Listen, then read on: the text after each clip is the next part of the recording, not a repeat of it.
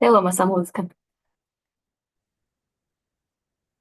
Ok. E o Karen, só para dizer que o Beija-Flor veio aqui abençoar essa reunião, esse encontro, enquanto a gente estava ouvindo essa música. Eu moro no 26º andar, tá? Ele veio aqui. Ele veio, é Beija-Flor mesmo, não é IA, é de verdade. E essa reunião vai ser, esse encontro vai ser lindo. Então, queria agradecer muito a presença da Karen, da mãe da Karen, da irmã da Karen, da Sarita que fez a ponte, de cada um de vocês que está aqui. E os artistas que criam, né, e as músicas que abrem portais, para que a gente possa agora abrir nosso coração para ouvir o que a Karen vai contar. Cá, é com você. Beleza. Gente, se preparem, apertem os cintos, mantenham mãos e pernas dentro do veículo que o trem vai sair. Vamos lá. Então, para quem não me conhece, eu sou a Karen, eu sou de São Paulo, capital.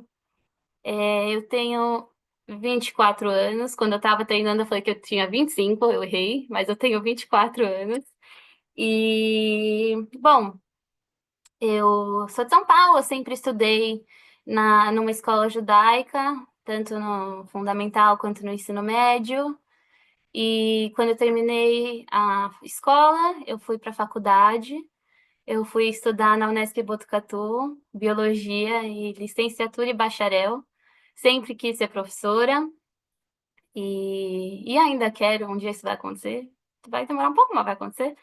E, enfim, é, essa sou eu. Vamos lá. Vou começar já com uma apresentaçãozinha, não vai ser uma aula, não vai ser slides, mas eu quero trazer uma imagem antes da gente começar, porque eu acho que vai ser interessante a gente começar com essa imagem, que é a premissa dessa, dessa conversa que a gente vai ter hoje. Só me confirmem se vocês estão vendo a minha tela. Estamos vendo, certo? Legal. Eu tô vendo, sim. Então, gente, essa imagem, né? A gente vai falar sobre muitas coisas hoje, e como vocês viram no próprio flyer, tem com relação ao conflito que está acontecendo agora entre Israel e Gaza, sobre a guerra, sobre o 7 de outubro. Mas eu quero que a gente traga. Eu primeiro não vou falar sobre política, a gente não está aqui para falar sobre política. Mas eu vim aqui apresentar a minha perspectiva, como eu vejo isso tudo, e tudo isso que eu vou falar se baseia nessa imagem, que eu e a Dé, a gente conversou muito sobre esse aquífero. Então, vamos explicar o que está aqui apresentado. Bom, então, a gente tem a natureza, certo? E a gente tem dois lados e uma fronteira invisível, mas que existe, que separa o território em dois.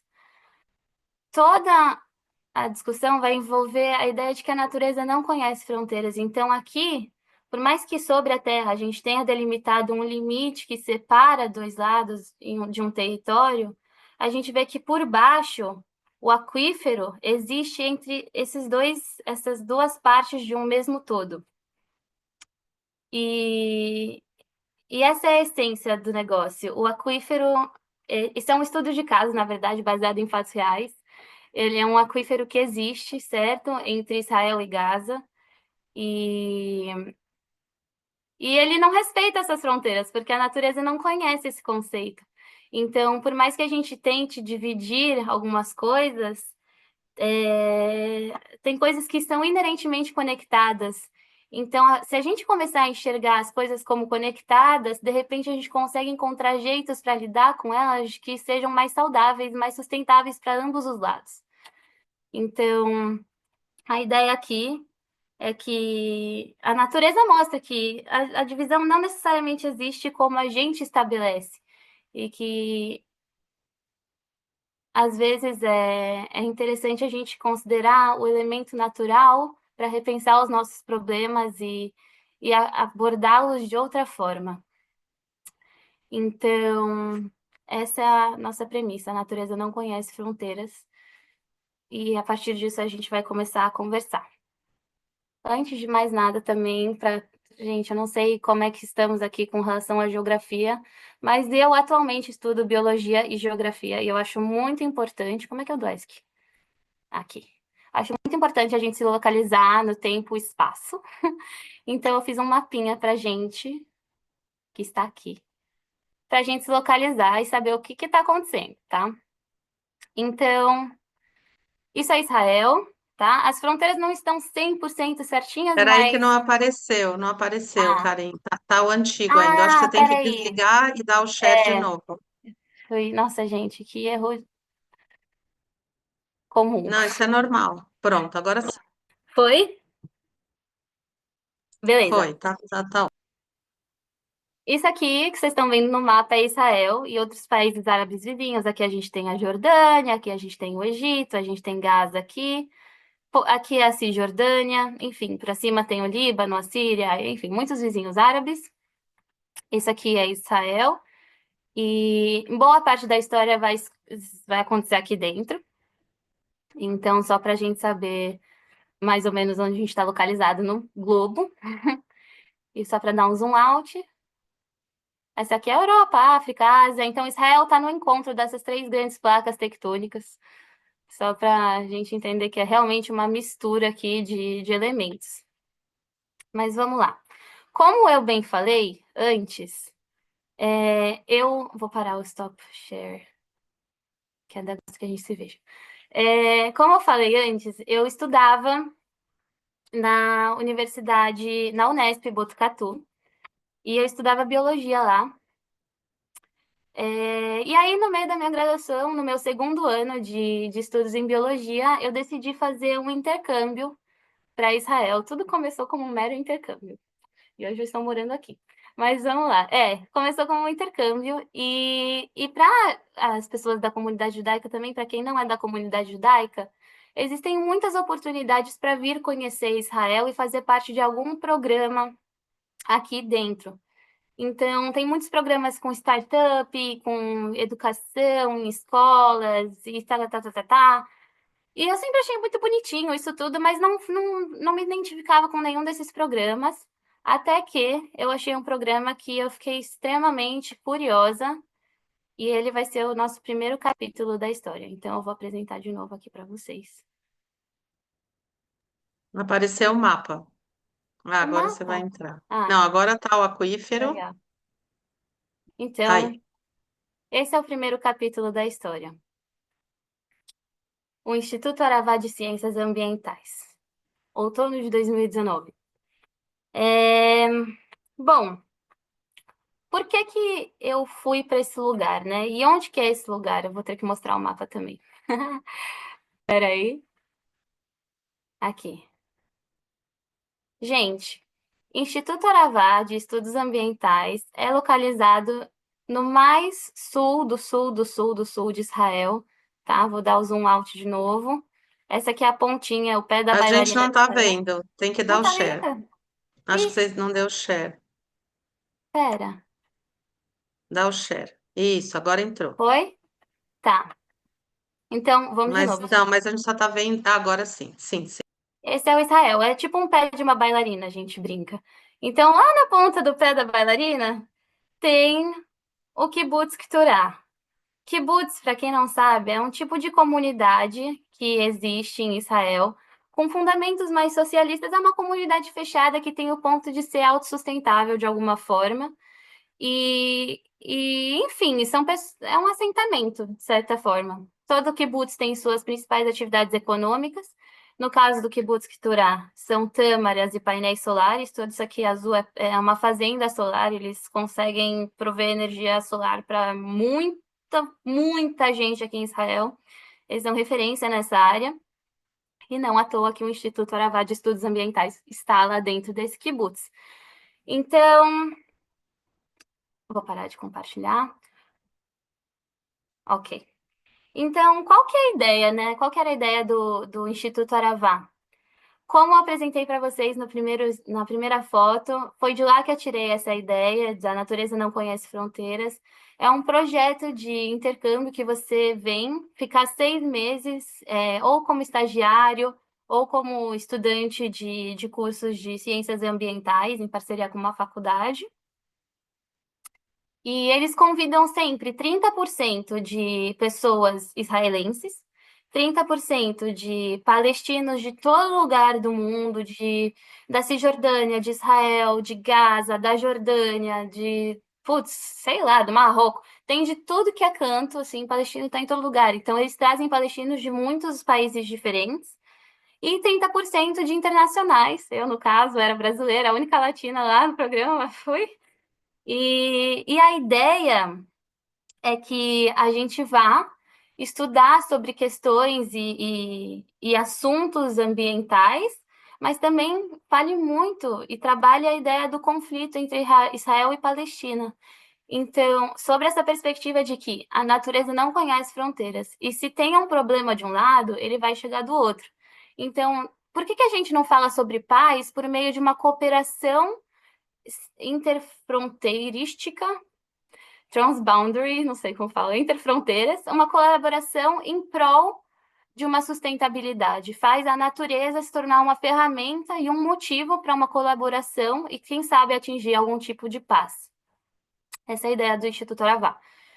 E aí, para isso, eles oferecem um monte de cursos de ciências ambientais que você pode escolher para fazer, mas eles também tem toda uma questão de criar um sentimento de comunidade, de criar vínculos entre as pessoas que se juntam ao programa. A gente fica lá 6 meses no deserto, morando todo mundo junto, meio que num bairro dentro do kibutz. E a gente tem. Ai, vou mostrar a foto. A gente tem noites de comunidade, a gente faz aulas juntos, então às vezes tem que fazer projeto e a gente tem que sentar e apresentar trabalho. Enfim, é, Abri o mapa. eu sei, eu não tô conseguindo tirar o mapa. Ah, Aí. aqui. E aí, como vocês podem ver, a gente vira uma família, grande família. A gente tinha umas 40 pessoas, nos 50, sei lá, 50 pessoas no nosso semestre. E toda noite era ou uma conversa, ou uma receita, ou uma música, enfim, era uma delícia. Foi um intercâmbio cultural muito enriquecedor. E no Aravá também, a gente tinha um seminário que era de construção da paz e liderança. Então, sim, tinha todo esse momento legal de intercâmbio cultural, de convivência e tal, muito enriquecedor, mas também tinha um momento que uma vez por semana a gente sentava num círculo, certo? Com três mediadores, um israelense, um palestino e um internacional, e falava sobre o conflito de Israel e Palestina. Mas a gente não falava de forma a apontar dedos ou de forma condenatória. As pessoas sentavam e compartilhavam as histórias de suas próprias famílias, suas próprias histórias, como elas viviam o conflito Israel-Palestino. E foi assim muito intenso, né? Porque a narrativa judaica, a narrativa israelense eu não conhecia tanto, porque eu não tinha tanto contato com israelense, eu só sabia o que me contavam pela comunidade, mas para mim o que foi muito novo foi a narrativa palestina, né? Escutar o que os meus amigos palestinos vivenciavam também.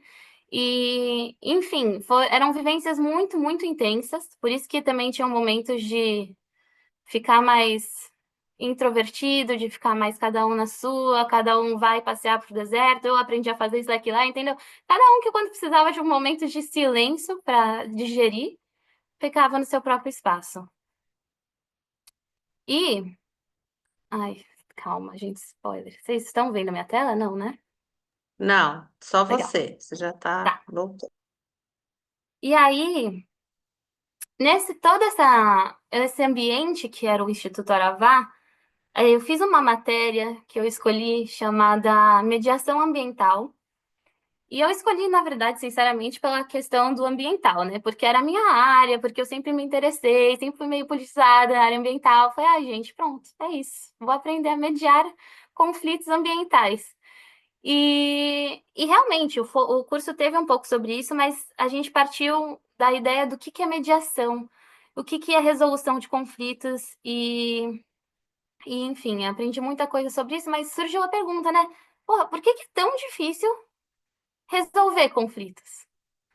Né? Somos todos seres humanos, somos todos.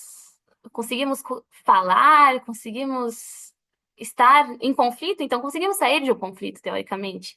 E aí a gente chegou, eu cheguei, né, esse entendimento de que os conflitos, eles geralmente são muito violentos e por conta disso, eles causam muita dor. E, e as pessoas, elas acabam ficando ensurdecidas com a própria dor. Tão ensurdecidas, tão imersas dentro da própria dor que elas não conseguem escutar a dor do outro. E aí elas gritam, elas berram a própria dor para que alguém escute, na angústia que alguém escute. Só que é justamente nessa angústia e, tipo, quando a pessoa não é escutada, que essa angústia se transforma em desespero e se transforma em ódio, e aí a conversa fica cada vez mais distante. Tudo isso porque as pessoas não conseguem, não sabem se ouvir. É um ciclo de apatia, porque acabam achando que reconhecer a dor do outro acaba anulando a legitimidade da sua própria dor, mas são dores diferentes. Como é que você pode anular uma coisa que é totalmente diferente da outra? Então, no Aravá, por 3.000 formas diferentes, eu aprendi que é muito importante aprender a ouvir e exercitar o ouvir. Porque, cara, não é fácil. É difícil e dói, mas é muito importante. Então, nesses momentos que tinha muita gente, né? Então a gente sentia às vezes que era too much, assim, precisava de um espaço, cara, tinha todo o deserto, todo o espaço do mundo para você simplesmente ir pro seu canto e ficar na sua tranquilo. Então aí também tá o papel da natureza, de um recanto, de silêncio e e paz interna, sabe? De tranquilidade. Então, é, o Aravá foi um negócio muito intenso, foi muito legal, eu adorei muito, mas como é que eu saí de lá, né? Uh, eu saí de lá com muitos dilemas na minha cabeça. Eu escutei 3.000 narrativas diferentes, eu fiquei assim, nossa, gente, caramba, né? Como que eu vou falar sobre isso que eu vivi aqui, sobre todos esses 6 meses, como é que eu vou contar para as pessoas?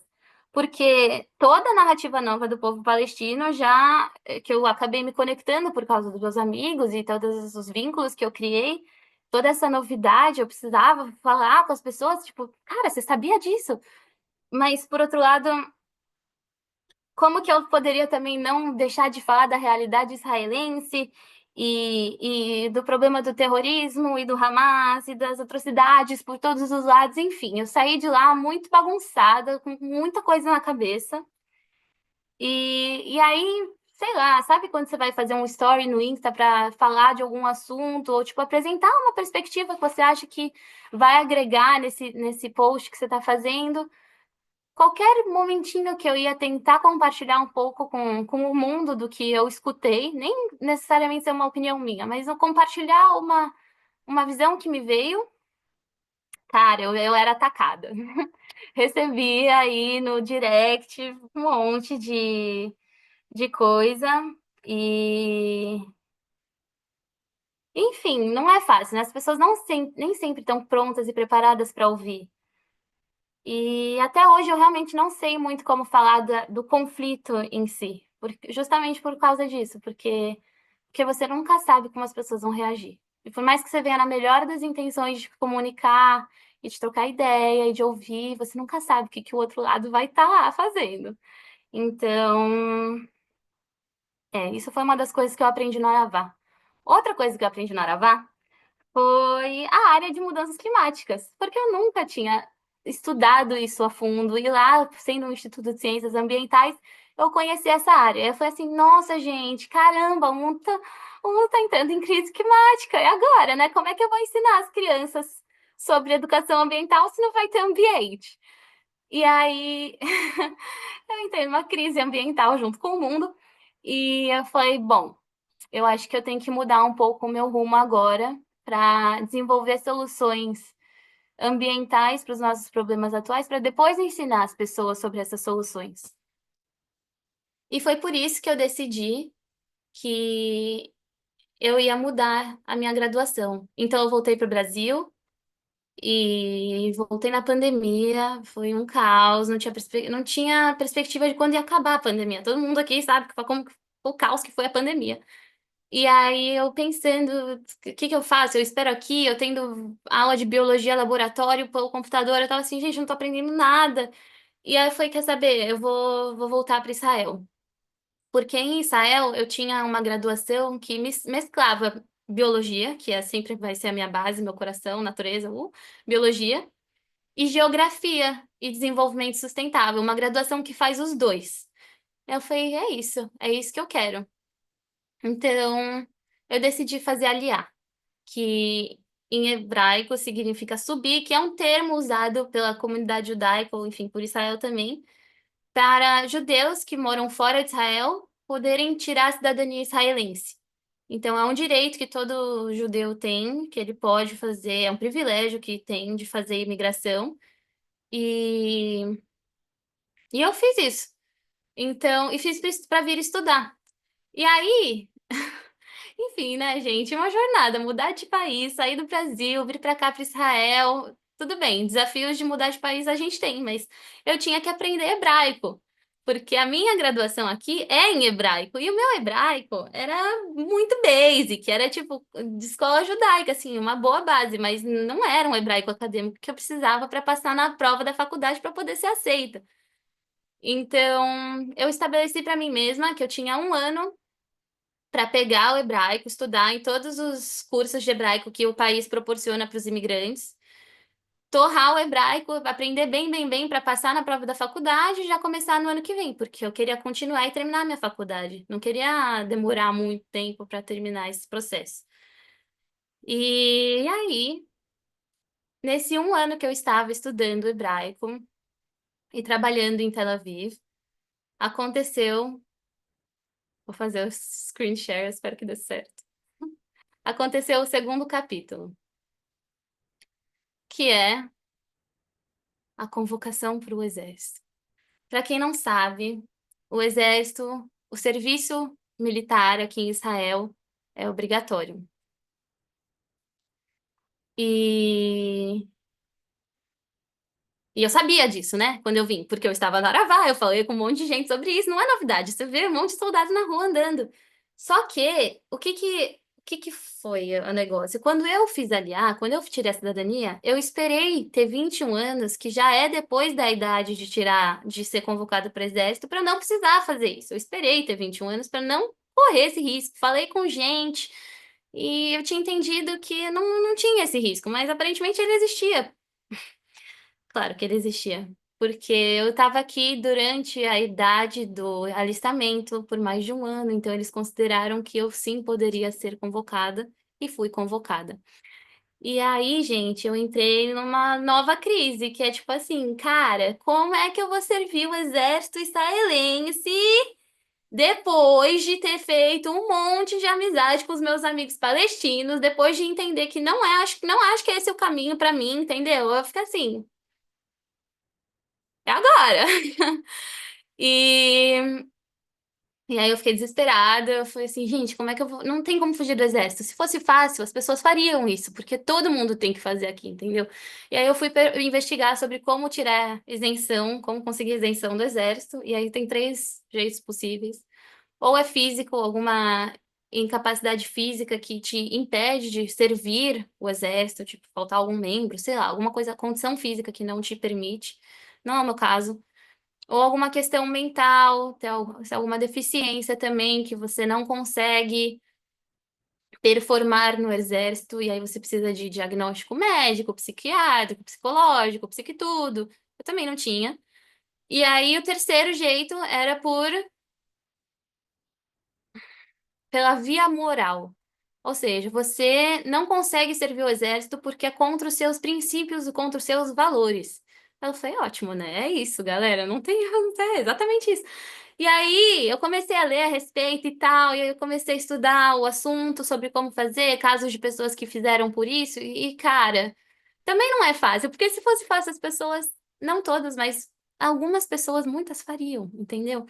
E aí eu fiquei com medo de fazer por essa via. Então, eu acabei descobrindo nessa investigação toda que, como imigrante, eu tinha a opção de adiar o alistamento do exército em prol dos estudos. Tipo, eu primeiro faço meus estudos acadêmicos, depois eu volto conversar com o exército para me alistar e fazer carreira acadêmica no exército. Falei, bom, vai me dar tempo para eu resolver essa questão em 3 anos, entendeu? Eu vou adiar esse problema para Karen do futuro. Quando eu terminar a faculdade, eu já vou estar com uma solução mais preparada e mais elaborada. Dito e feito. Eu consegui adiar o meu alistamento no exército e continuei estudando hebraico até que eu finalmente consegui passar na prova de hebraico da faculdade, no prazo que eu queria, e a gente vai pro terceiro capítulo, que foi a faculdade aqui em Beersheba. Esse é o símbolo da minha faculdade, Ben Gurion. E eu vou mostrar onde isso fica no mapa para vocês entenderem, porque eu Ô, gostei muito. Karen, Ô, eu acho legal você falar aqui, porque lembra que você falou, se eu esquecer alguma coisa, né? Eu não acho que sim, você pode esqueceu, mas completar. nas nossas conversas, você falou uma coisa que eu achei muito interessante, né? Que é também quando você conseguiu enxergar, você não queria servir ao exército, mas também a importância que tinha, né? Do exército, esse outro lado. Eu Eu acho que vou seria falar, legal você falar. Ah, você vai falar depois? Desculpa, então. Então eu dei um spoiler. mas sim. Perdão. Desculpa. Mas o que a Dé falou tá certo, gente. O exército ele vai aparecer muitas vezes nessa história. Então prestem atenção em como ele consegue se expressar de diferentes formas. Nesse momento ele se expressou, ele me causou pânico e medo. Mas tiveram momentos que a sensação que ele me deu foi completamente diferente. Então, fui para a faculdade aqui, saímos do Quturá, fomos para um pouquinho mais do norte, mas ainda sul de Israel, Beersheba. Essa é a minha faculdade. Eu tô mais ou menos aqui agora, gente. Se vocês fossem me ver de cima, eu tô aqui, mais ou menos. E Beersheba fica já é ainda assim considerado sul, 40 quilômetros de Gaza. Tipo, tem todo Israel aqui, então é considerado as portas do sul. E, enfim, vim estudar e continuei minha faculdade aqui, fiz 1 ano e pouco, quase 2 anos de faculdade. Fui visitar os meus pais no Brasil, nas férias da faculdade. E aí, quando eu estava no Brasil, um amigo meu, aqui de Israel, brasileiro de Beersheba, ele me chamou para ir num rolê, num festival, numa rave. E aí eu tava com a minha família no Maranhão, viajando, tava no Zen, eu falei, não. Obrigada. Vai, se divirtam. Eu nem sei se eu vou estar em Israel no final, eu estava, né? Mas falei, não tô afim, não. Deixa pra lá. E aí, passou um tempinho, eu já tava quase voltando pra Israel, eu tava morrendo de saudade dos meus amigos. Eu falei, ai, quer saber? Compra pra mim também que eu vou sim. E aí eu concordei em ir pra festa do 7 de outubro. Por quê? Porque, gente, era uma festa que tinha era uma mistura de uma organização aqui em Israel, a Nova, e o Universo Paralelo do Brasil, que é, enfim, para quem não conhece, tem na Bahia, todo fim de ano eles fazem um festival lá também. E eu adoro, você nunca fui, mas sempre quis ir, então falei, pô, se eles vieram até Israel, eu vou até eles. E falei, Yala, bora, vamos lá, vamos que vamos. E aí, gente, chegamos acho que no ápice dessa história, que é o capítulo 4. Perdi a conta, vamos ver. Ai, meu Deus. No Capítulo capítulo 4. 3. Ah, não, é o 4, é o 4. Capítulo 4. A nova. E para vocês se localizarem onde que foi a nova, eu vou mostrar aqui no mapinha. Gente, do lado. Aqui foi a nova, tá? No meio do nada. Como vocês podem ver, no meio do nada. Vocês estão vendo o mapa? Legal. E muito perto de Gaza. Aqui já é Gaza, tá? Muito perto. Não à toa que o Hamas chegou super rápido aqui, porque é na frente, nas portas. E, bom, Vamos contar essa história, né? O que que aconteceu na Nova? É, Eu fui pra Nova. Ai, gente, desculpa, esqueci uma coisa super importante. Eu preciso falar isso, tá? Antes da Nova, eu tinha voltado para Israel no dia 3, 4 de outubro. E aí eu ia para Beersheba, só que eu descobri que um amigo meu de Gaza, que eu conheci no Aravá, e que ficou depois do Aravá para fazer mestrado, ele ficou uns 2 anos aqui em Israel, então a gente fez muita coisa junto, a gente morou no mesmo bairro por um ano quase, tipo, a gente virou muito amigo, muito, muito, muito próximo, querido. É, Ele tava, assim, prestes a voltar para Gaza naquele momento, porque ele tinha acabado o mestrado, tava com saudade da família, a permissão dele para ficar em Israel também estava expirando, então ele tinha que voltar para Gaza. E aí eu cheguei, assim, aterrissei, deixei minha mala em Beersheba e fui direto pro norte para me despedir desse amigo querido, que, graças a Deus, ele tá bem hoje. É, Então, fiquei um fim de semana inteiro com ele, escrevi uma carta para ele levar para Gaza, enfim, foi uma despedida muito linda. E aí ele voltou para Gaza e eu fui para Nova. Foi isso. E aí sim, eu vou contar a história da Nova, agora sim. Bom, fui para Nova com dois amigos, não, desculpa, 6 amigos brasileiros. E a gente foi de carro, um dos amigos pegou carona, porque não dava para botar naquele momento 6 pessoas num carro.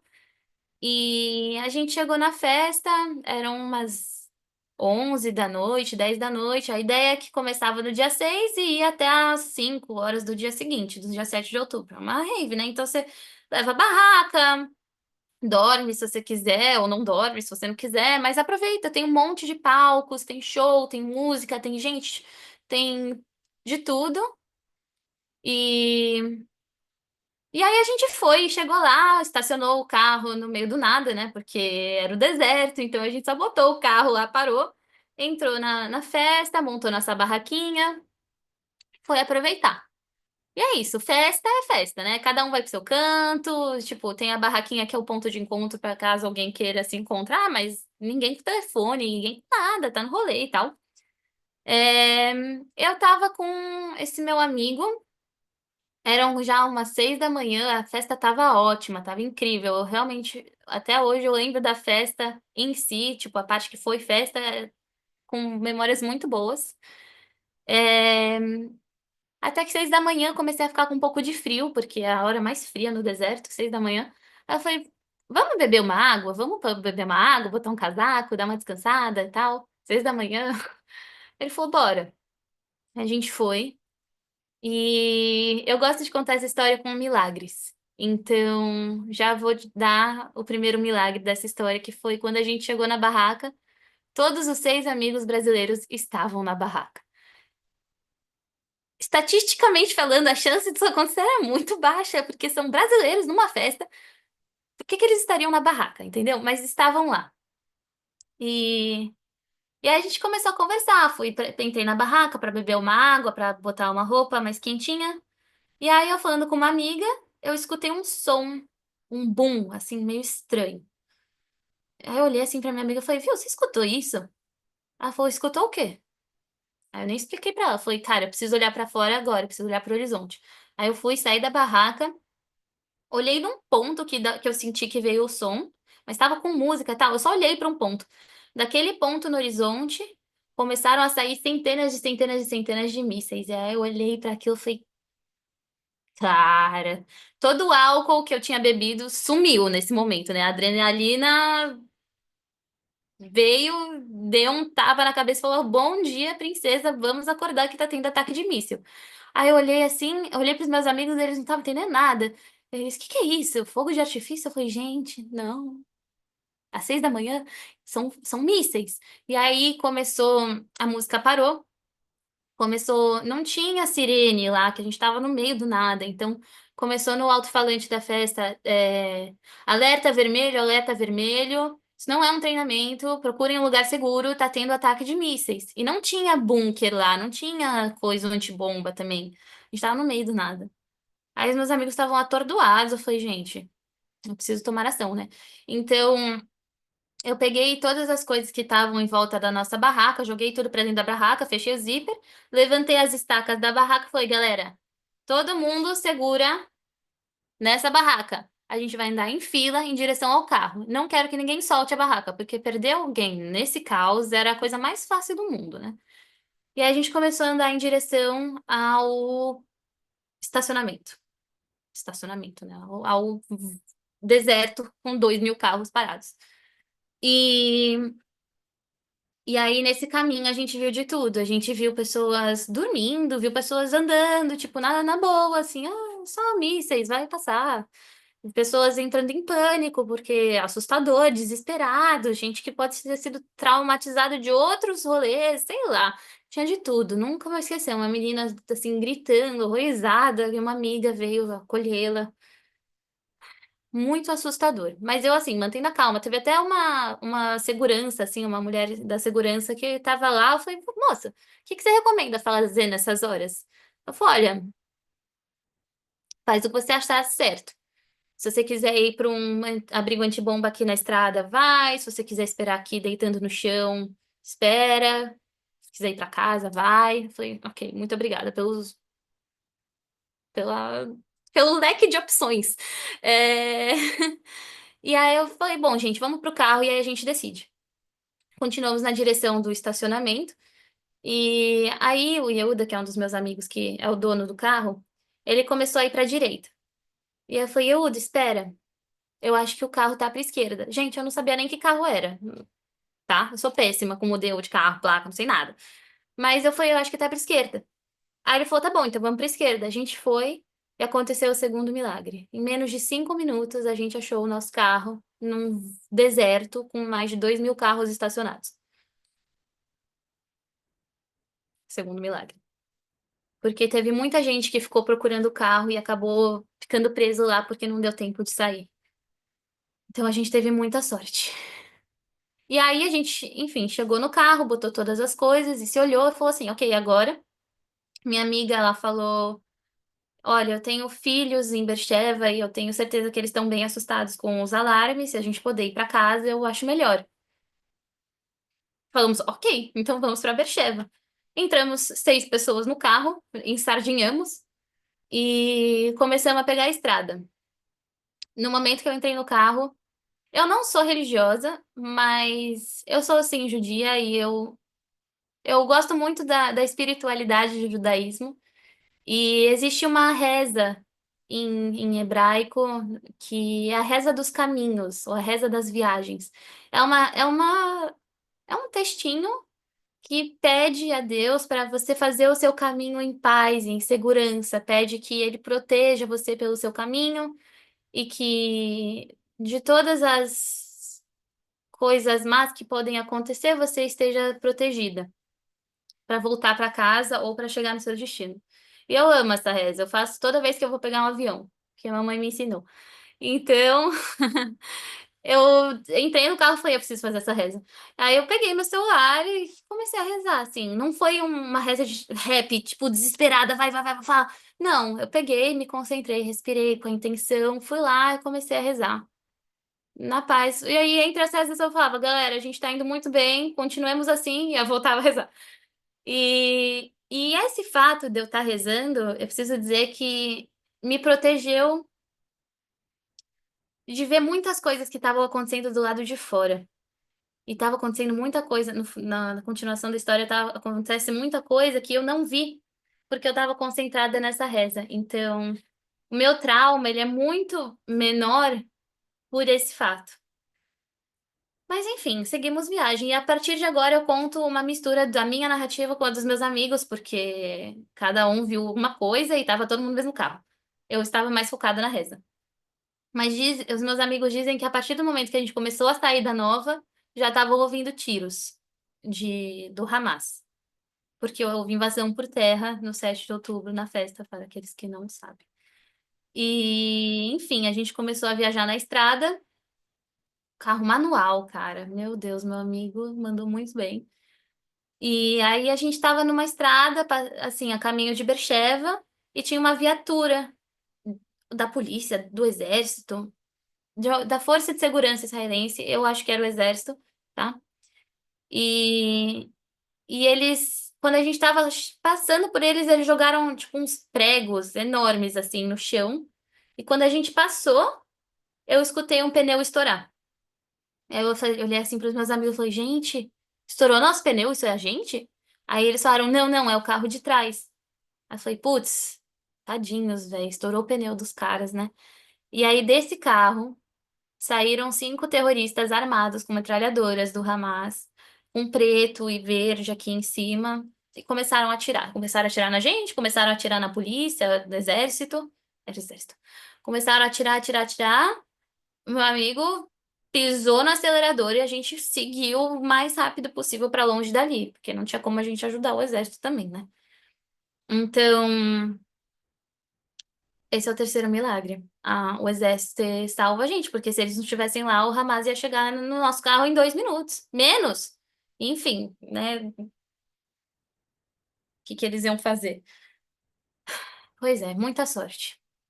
E aí, inclusive nessa estrada, eu acho que nós fomos os últimos que conseguimos sair, porque essa é uma das estradas que foi chamada como Estrada da Morte, que foram vários e vários carros de pessoas saindo da festa que foram abatidos e pessoas foram assassinadas nessa estrada. Então eu acho que fomos os últimos que conseguimos sair mesmo. Tipo, o Hamas acabou com o exército e ficou lá, esperando os próximos. E a gente continuou. E aí seguimos estrada e passamos do lado de um kibutz chamado Kibbutz Reim, que foi um dos mais massacrados no 7 de outubro. Meu amigo precisava muito fazer xixi, claro, né? Porque é super importante fazer xixi nessas horas. E então ele pediu pra parar. Aí eu falei, para, faz xixi. Quando ele abriu a porta, veio um cheiro muito, muito forte de queimado, de sangue, Cara, cheiro de morte, cheiro horrível. Foi o pior cheiro que eu senti na minha vida, de pólvora, de tudo, tudo, tudo, tudo. Eu senti aquele cheiro, eu falei, cara, tem alguma coisa muito ruim acontecendo. E o meu trauma desse evento especificamente, ele é muito mais sensorial do que físico, porque eu saí de lá sem nenhum arranhão. Mas eu lembro do cheiro horrível, eu lembro dos sons. Então, eu tenho esse trauma mais sensorial do que físico, graças a Deus. E, e é isso, tipo, ele quando saiu pra fazer o xixi dele, não sei se ele chegou a fazer o xixi ou não, porque ele voltou muito rápido. Falou, a gente só para o carro quando a gente chegar em Bercheva.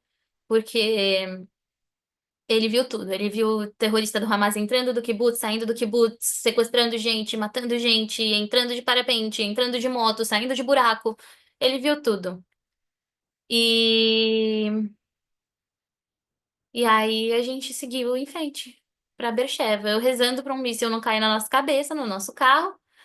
E a gente chegou em Bercheva muito rápido. Tipo, toda essa história foram acho que uns 20 minutos. Pra vocês terem uma noção. Foi muito rápido. Por isso que a gente conseguiu sair rápido, foi rápido. E, enfim, aí a gente foi direto pra casa dessa amiga.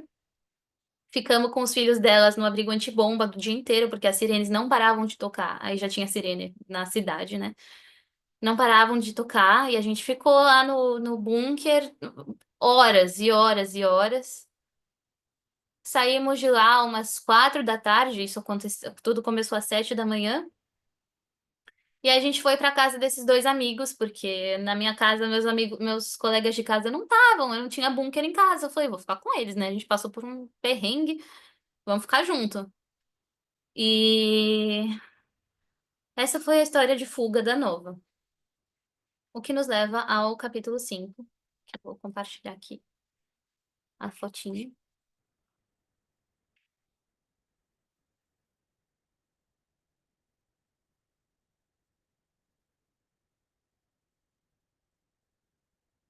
Capítulo 5. Os traumas do pós-trauma. É, Esse título é muito importante, tá? Os traumas do pós-trauma. Porque o evento da Nova em si, sim, foi muito assustador, mas a gente não tinha dimensão do que estava acontecendo. A gente não tinha dimensão das proporções que o massacre do 7 de outubro tiveram. A gente não fazia ideia. E aí a gente começou a se atualizar, começou a ler as notícias, os meus amigos começaram a ver vídeos. Eu falei, não, obrigada, já vi o suficiente. É, e aí eu comecei a ficar apavorada, porque tinha muita gente do Hamas aqui em Israel. Eu não sabia onde que eles estavam, tipo, depois da nova tudo era possível, né? Sirene tocando o tempo todo, qualquer sonzinho fora de casa me assustava, eu pulava, eu ficava alerta, começava a suar frio, não tinha apetite, assim, foi o momento, o meu pós-trauma foi o meu trauma de fato, porque foram 2 semanas que eu não conseguia sair de casa, porque eu tava com muito medo de eu sair de casa e um cara do Hamas tá lá me esperando pra me matar. Eu não sabia onde que eles estavam, ninguém sabia onde eles estavam. Então, foi um negócio bem assustador. E por mais que tenha sido uma experiência absurda, essas 2 semanas que eu fiquei em quarentena espontânea, é, tiveram coisas muito bonitas também. A mobilização da população civil de Israel depois do 7 de outubro foi uma das coisas mais lindas que eu vi. Todas as cidades se mobilizaram para ajudar os kibbutzim que foram atacados no sul, para achar quem que estava faltando. Me mandaram comida em casa. Não sei nem como que eles sabiam que eu estava na nova, mas eu recebi comida em casa para não precisar me preocupar em cozinhar, sair para comprar comida, nada. Me mandavam comida. Pessoas que nem me conhecem, entendeu? Eu achei muito lindo, assim, emocionante mesmo a mobilização que teve. E isso é muito lindo aqui em Israel. Eles são muito grossos no dia a dia com coisas simples, mas em tempos de dureza eles são muito fofos. Então tem um equilíbrio aí, de certa forma. E também, eu tava um dia dormindo e aí eu recebo uma ligação, eu acordo. Oi, é a Karen? Assim, quem é? É a polícia israelense. Você tá bem? Aí eu falo, eu tô bem, obrigada. Aconteceu alguma coisa? E você? Você tá bem? Eles, não, a gente só quer saber se você tá bem, se você precisa de alguma coisa. Cara, eu falei, não, obrigada, tô com amigos, a gente tá em casa, vai ficar tudo bem, obrigada, dá atenção pra quem precisa mesmo, um bom trabalho, sei lá. Gente, a polícia ligou pra perguntar se tava tudo bem comigo. Quando que você imagina que um negócio desse vai acontecer? Nunca. Ah, eu achei muito lindo. Então, apesar do pós-trauma ter sido um momento muito turbulento e horrível, tiveram momentos de luz. E aí, outro momento de luz foi que as Forças Aéreas Brasileiras, a FAB, o Exército Brasileiro, veio oferecer aviões para os brasileiros que estavam aqui em Israel para quem queria retornar para o Brasil. Lembra que eu falei que o exército pode ser isso e aquilo? Olha só, ele vindo ser fofão.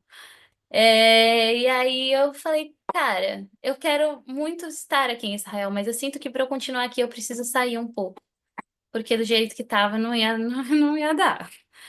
Então, no dia 18 de outubro, eu subi no avião da FAB e eu vim para o Brasil. Deixa eu ver qual que é o nome do próximo capítulo, só para não fazer errado. É isso mesmo. Tá. E aí, daqui a pouco eu vou fazer screen share. E aí eu cheguei no Brasil, vim para o colo da mamãe, ficar com o papai e com a Dadá também, ficar com a minha família, né? Eu nem queria contar pra... Gente, contar pra minha família foi outra história, porque eu não queria contar pros meus pais estando do outro lado do mundo. Minha mãe ia ter um piripaque. Aí eu não contei por uma semana, assim, mas contei para umas amigas. Eu falei, pronto, a bolha judaica vai ecoar, vai chegar na minha mãe por outra pessoa, e aí vai ser pior ainda. Eu falei, não, eu vou contar pra minha mãe. Eu contei. Tentei não desesperar muito a bichinha, mas né, sendo mãe, escutar uma história dessa não deve ser fácil, né? Pra quem não deve ser fácil. Então, eu fiquei muito feliz de voltar. Eu voltei também pela minha família para acalmar, para todo mundo se acalmar. E fiquei em São Paulo por quase um mês, muita sessão de terapia. Meu Deus do céu, quanta terapia. E eu achei que ia melhorar, sabe? Eu achei que eu ia ficar mais tranquila, porque não ia ter sirene apitando das 3 da manhã para ir pro bunker. Só que eu ainda não estava bem. A guerra estava muito dentro de mim ainda. Eu estava fisicamente no Brasil, mas na minha cabeça eu estava preocupada com os meus amigos em Gaza. Eu estava preocupada com os meus amigos em Israel. Tava preocupada com todo mundo. Porque eu tinha muitos amigos em Gaza também. E aí Israel tava respondendo ao Hamas, e Hamas tava em Israel, e não sei o quê. Então, cara, eu tava assim, em cima do muro, vendo as desgraças dos dois lados. Aí eu tava muito mal. E aí eu falei, não dá pra eu ficar aqui em São Paulo, eu preciso ir pra algum outro lugar. E isso nos leva ao capítulo último da minha historinha, que é esse aqui. Espera, eu vou compartilhar a tela. Já que estamos no mapa, que é a próxima aventura. A gente vai pro Brasil. Pro Piauí, mais especificamente. Uma fazendinha chamada Fazenda Santa Fé fica a praticamente 1 hora do Canto de Buriti, que é uma mini cidadezinha que fica 8 horas de carro de Teresina, que é a capital do Piauí, se eu não me engano. E para chegar no Piauí precisa de avião. Mas enfim, eu fui para lá, gente. E o que que tinha lá, né? Por que que eu fui pro Piauí? Por causa desse projeto aqui. No Piauí existe um instituto, eu gosto de institutos, aparentemente, chamado Instituto Anjos do Sertão. Eu fui para lá por uma recomendação de uma amiga, de um filho de uma amiga da minha mãe, que, enfim, ouviu falar do projeto, esteve lá e achou muito interessante. A ideia do projeto lá são várias. Eles falam sobre inclusão produtiva, eles mobilizam as comunidades do Piauí, que perto da fazenda da Santa Fé, perto da região do Canto do Buriti, para auxiliá-los a terem uma fonte de renda sustentável. Então, no Piauí, a cultura da apicultura, do cultivo de abelhas e produção de mel é muito forte, muito forte. Eles gostam de fazer isso. Muito. Naturalmente, a cultura no Piauí é de abelhas e mel.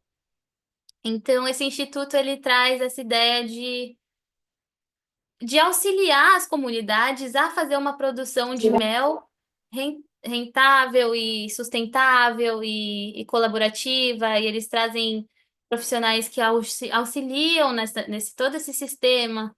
Então, tem esse aspecto socioeconômico de fazer o bem para comunidades locais. Mas também, gente, a importância das abelhas para o ecossistema é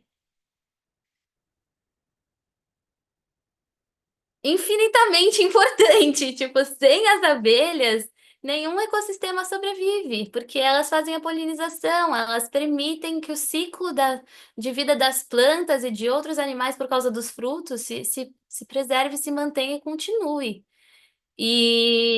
E aí eles falam muito lá sobre a regeneração dos ecossistemas e principalmente da caatinga, que é um ecossistema que está extremamente ameaçado hoje em dia no Brasil por conta da expansão da soja e do gado, tanto no Piauí como no Maranhão, na Amazônia, enfim.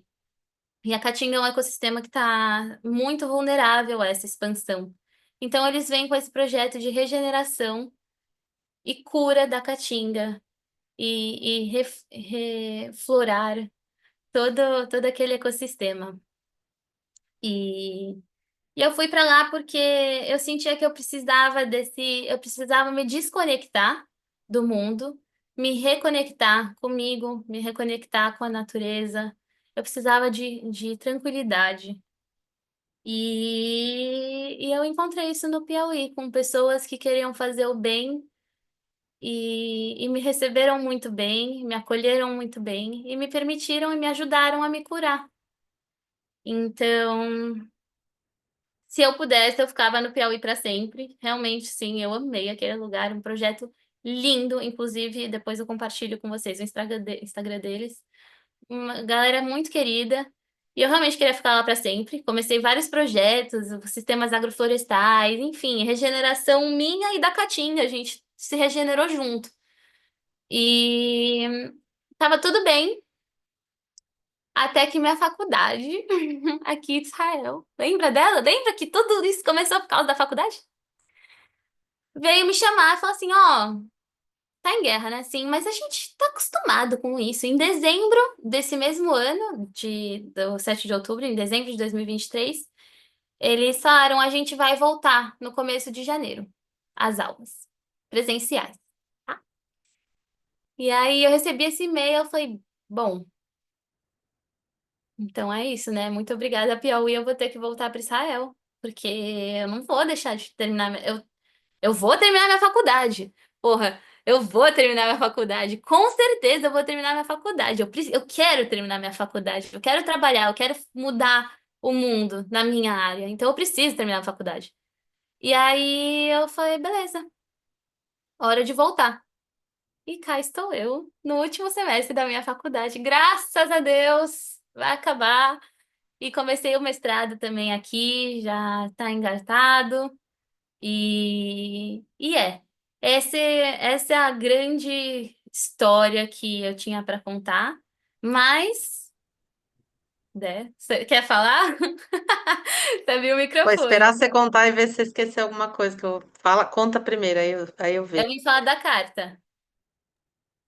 Não, é do Ok. exército, Eu do vou seu falar do exército exército. depois da Ah, carta. Eu deixei o depois da exército pro carta? final. É, Ah, tá bom. A gente não combinou quando ia ser, por isso que eu tô perguntando.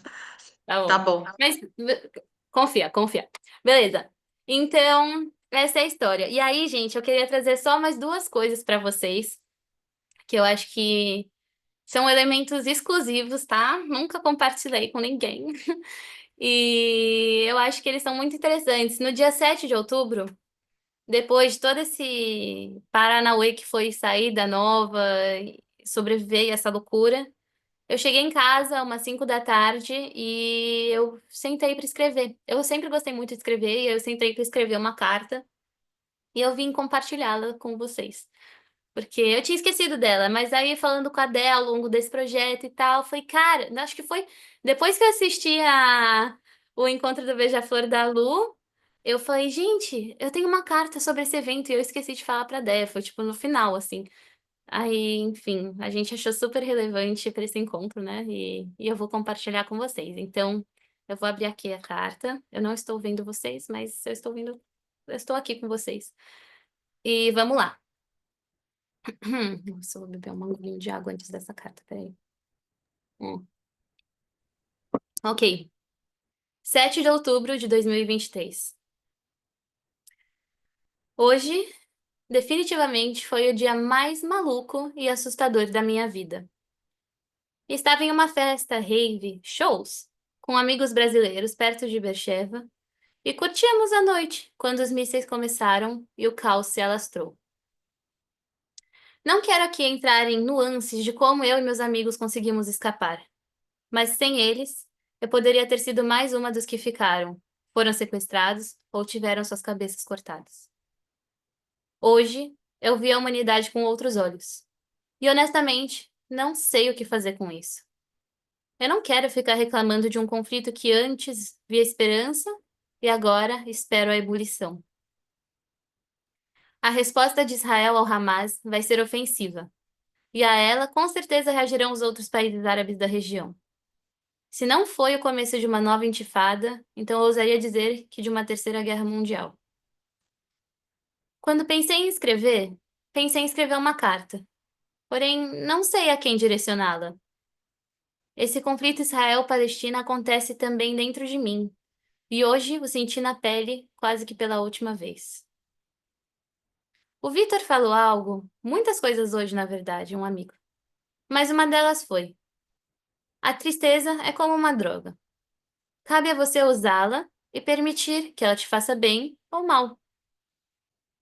Hoje, estou em luto, porque uma ingênua e grande parte que existia em mim foi esmagada pela carniceria da guerra, ódio e fanatismo. Hoje, eu vivi como quem vive em Gaza todos os dias. E eu até tinha um abrigo antibomba para chegar e me proteger, o que por si só é mais um grande privilégio. E viver no medo por um dia já quase me derrubou. Pensando em todas as pessoas que vivem entre essas malditas fronteiras há tanto tempo, entendo que todos estejam traumatizados e não vejam outra perspectiva. Ou melhor, não vejam outra perspectiva, mas normalizem tanto essa violência. Me corrijo aqui porque a guerra não é e nunca será a única perspectiva das pessoas. Seja palestina ou israelense, ninguém quer sofrer. Ninguém quer que seus próximos sofram. Ainda assim, a guerra é a perspectiva que é oferecida e até mesmo implementada, herdada e mantida, e continuará sendo. Alguns pontos importantes. Aí eu citei uma música que eu conheci na escola.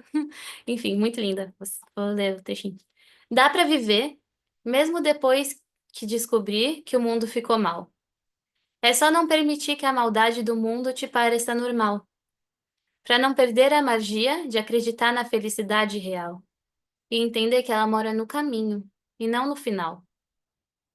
Eu não vejo a guerra como um instrumento para alcançar a paz.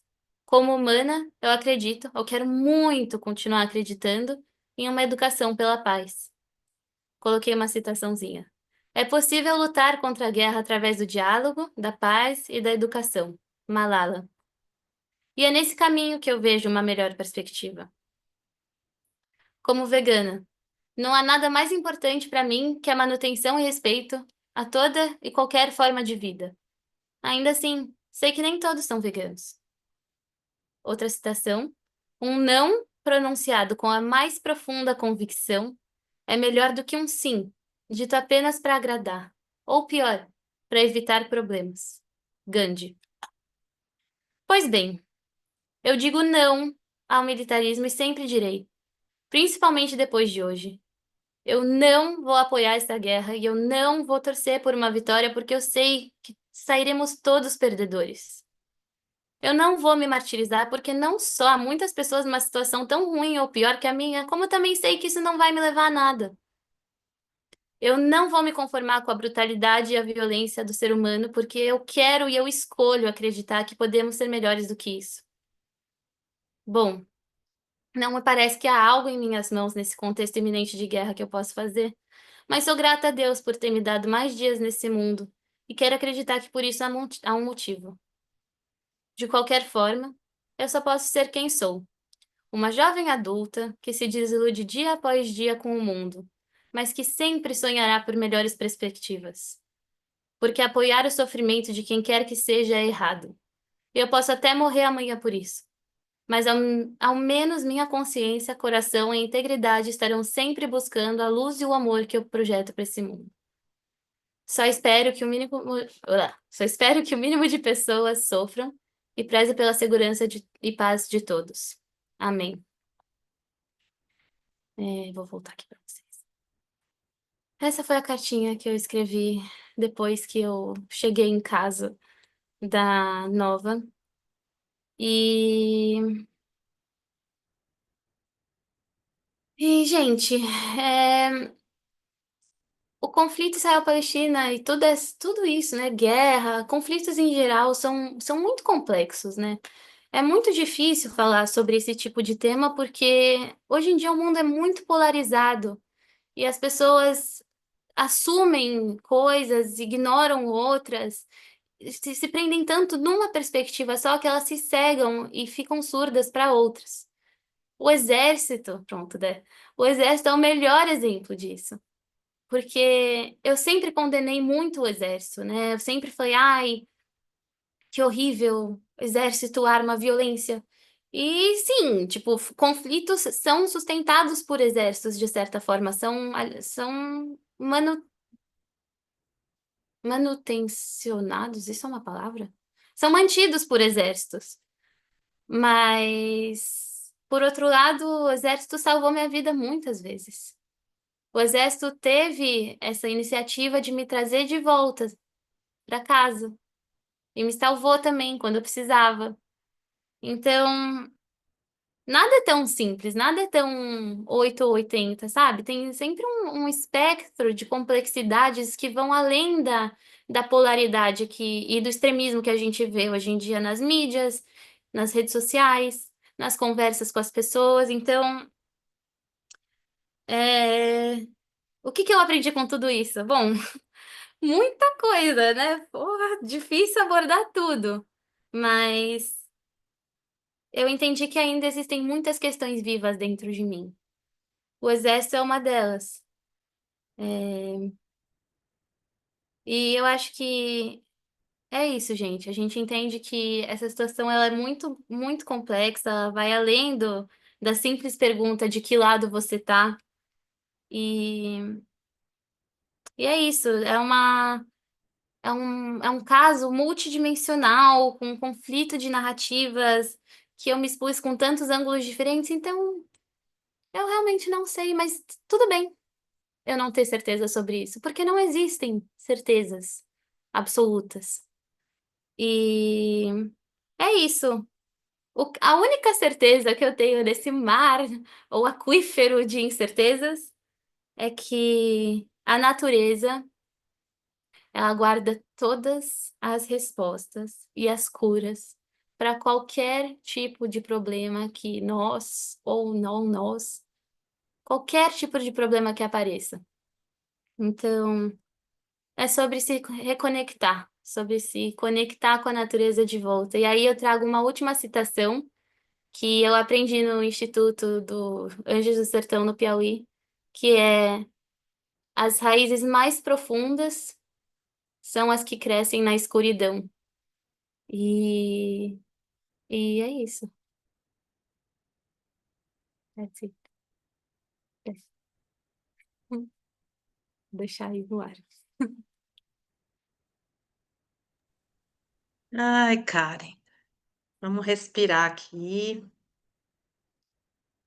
Respira.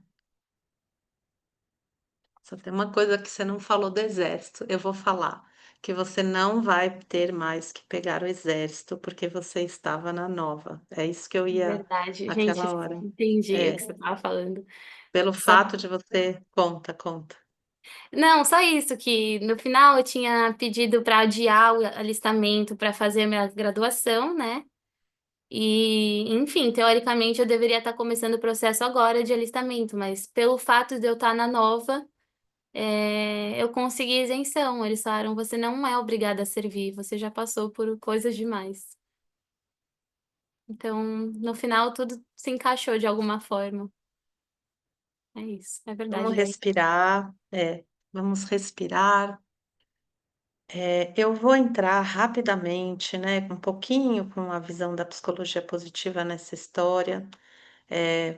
Eu pego só uma abordagem, pequena, porque o mais importante é a história, mas é que é para a gente poder olhar, ampliar um pouquinho essa perspectiva, e a gente vai atrasar um pouco, porque já são, 4h20, então a gente vai atrasar mais uns 10 minutos, tá bom? 10, 15 no máximo, tá?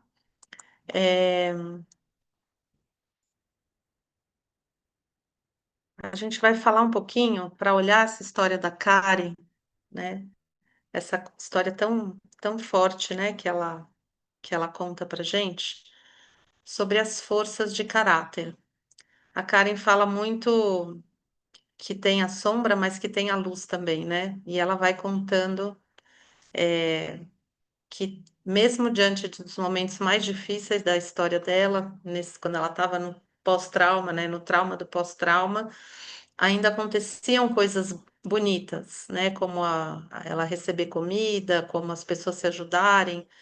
E aí a psicologia positiva ela olha para o ser humano dessa maneira, que nós temos as nossas sombras, todos nós, e nós temos a luz, e nós temos as forças. A gente não tem só o trauma, a doença e a dor, né? Nós temos também, nós somos também a vida que pulsa através das nossas forças e virtudes.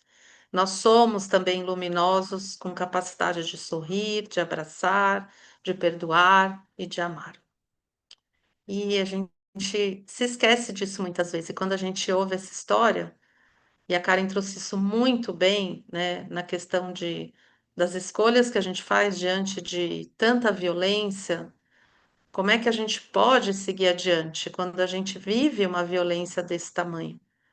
Como que dá para seguir adiante acreditando nas forças e nas virtudes humanas? E a psicologia positiva olha para isso, tá? E essas forças, elas são, na verdade, quem a gente é na essência. Eu tenho, vocês têm, a Karen tem, talvez até as pessoas que estão na guerra matando também têm. Mas uma coisa é ter. a outra coisa é acessar, a outra coisa é viver. A gente pode ter e não lembrar que tem, nem saber que tem. E aí a gente vai viver outras coisas que a gente também tem. Então, esse estudo, ele foi feito nos anos 2000, é um estudo que demorou 3 anos, com 55 cientistas, e que trouxe uma classificação de forças e virtudes. E esses dois que estão aqui lideraram esse estudo. Martin Seligman está vivo, com 84 anos, e o Christopher Peterson já faleceu, e um grupo de 55 cientistas. E desse estudo saiu um teste que qualquer pessoa pode fazer, e a Karen fez, né? Para a gente ver quais são as forças mais altas dela, né? Será que ela usou? Será que ela não usou? Tanto naquele momento na festa, como depois, né? Como é que isso é? Como é que isso ajuda? Né? Como que ajudou ela? E como que isso pode nos ajudar? Então, esse teste está disponível, muitas pessoas aqui já conhecem, outras não. Se alguém se interessar melhor, eu mando depois o link. E aí, diante desse estudo, se chegou a esse mapa, né, de forças. É uma leitura, é um pequeno. É uma das leituras que a gente pode fazer sobre o ser humano, como tem milhares, essa é uma delas. E aí são as nossas forças e virtudes. Então, a gente olha pela perspectiva da virtude, que são 6, que é a coragem, a temperança, a justiça, a humanidade, a sabedoria e conhecimento e a transcendência, e as nossas forças de caráter, que é aquilo que a gente coloca em ação para a nossa vida. E quando a gente usa as nossas forças, é como se a gente estivesse usando os nossos superpoderes. Nós temos. E se a gente conhece e a gente percebe o que que nos faz bem, o que nos energiza, o que é natural em nós, e a gente consegue usar, a gente vai entregar muito mais para o mundo daquilo que a gente é. E isso com certeza vai afetar o coletivo positivamente. Então, quando a gente conhece as forças e pode ser quem a gente é, porque a Karen, né, ela fez um statement, né, essa carta dela forte, que nos tocou profundamente, é uma carta daquilo que ela acredita e o que ela vai lutar na vida dela. E ela não vai aceitar algumas coisas que não é quem ela é. E muitas vezes a gente está distante disso. Então, esse é um instrumento que ajuda demais a gente a entender melhor quem a gente é e ser, tá? Ser quem a gente é. Muito bem.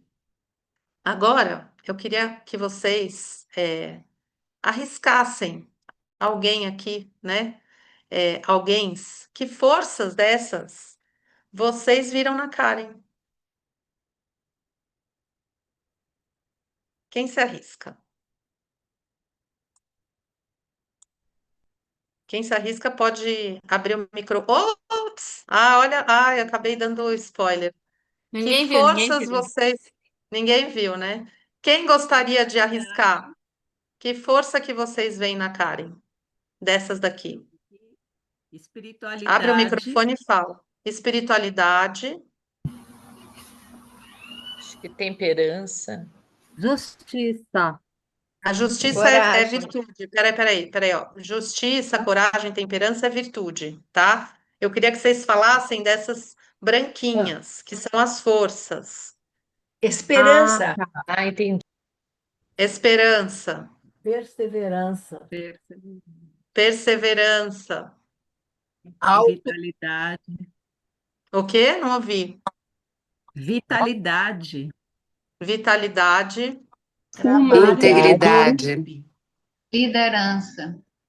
liderança, am- integridade, amor, humanidade, humanidade, que é virtude, amor, perdão, perdão, Espiritualidade. Esperança, esperança, espiritualidade, autocontrole. controle também. Autocontrole. Eu também acho.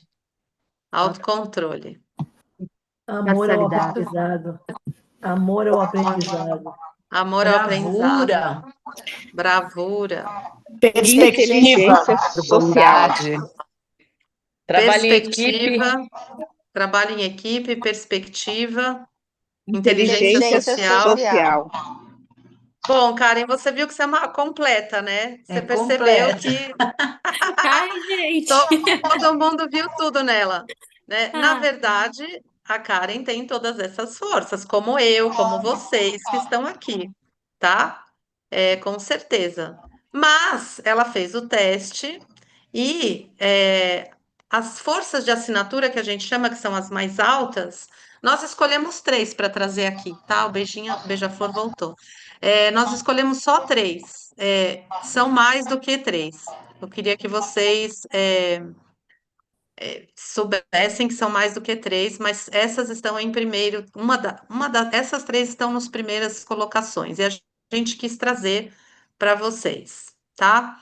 Que é o perdão, que foi falado, a perseverança, que também foi falada, e a perspectiva. A gente brincou que é os três P's, né? Os três P's. Uma delas é relacionada à virtude da temperança, que é uma virtude que nos protege dos excessos, que é o perdão, né? Que se a Karen tivesse agora conectada com a raiva, né? O perdão ele ajuda ele contemporiza, né? Ele nos ajuda a nos libertarmos dessa vontade de vingança, porque essa vontade de vingança a Karen trouxe muito bem. Todos vão ficar mal, todos perdem, vai ser dor para tudo quanto é lado, né? Então, perdoar não significa concordar, não significa achar que a pessoa está certa, e não significa achar que está tudo bem, mas significa abrir um espaço interno para não carregar isso, porque essas coisas que a gente carrega, elas pesam, pesam no coração, pesam no ombro, pesam no corpo, pesam no sentimento, nas emoções, tá? Então, o perdão. A perseverança, eu falei para ela antes dela fazer o teste, né, Karen? Que é quando ela começou a falar, não, eu ia terminar a faculdade de qualquer jeito. Eu falei, eu acho que você tem a perseverança bem alta. E deu lá como uma das primeiras, né? Que é esse foco, essa coisa que eu vou até o fim, né? Não desiste. E a perspectiva, eu acho que isso é muito claro, né? Ela traz milhares de olhares para o mesmo fato. Ela Uhum. ensina a gente a se abrir, né? Para poder estar realmente olhando que nada, não existe só branco ou só preto. Existem muitas, muitas, muitas formas de olhar para uma mesma situação. E isso ela traz de muitas maneiras, tá bom? Então,